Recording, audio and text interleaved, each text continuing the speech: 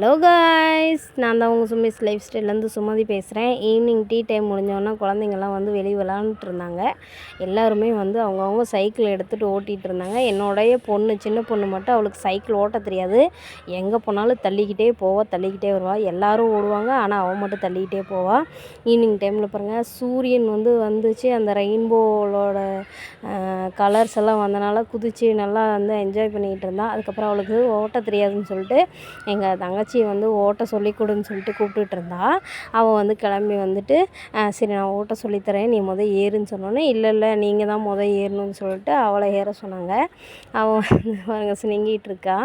அவங்க ஏறினாங்க. சைக்கிள் தாங்காதுன்னு நான் சொல்லிகிட்டு இருந்தேன். சரி நானும் உட்காந்து ஓட்டுறேன் அப்படின்னு சொல்லிட்டு 2 பேர் வந்து அலப்பறையை கூட்டிகிட்டு இருந்தாங்க. பாருங்கள், இப்படி தான் வந்து ஓட்டிகிட்டு என்ஜாய் பண்ணிகிட்டு இருந்தாங்க. குழந்தைங்க வந்து அவங்களுடைய இதை வந்து விட்டுட்டா அவங்க நல்லா ஜாலியாக இருப்பாங்க. நம்ம கட்டுக்கோப்பையில் வச்சா இப்படி தாங்க கொஞ்சம் வந்து தடுமாறிடுவாங்க. அவ்வளோதாங்க. தேங்க்ஸ் ஃபார் வாட்சிங்.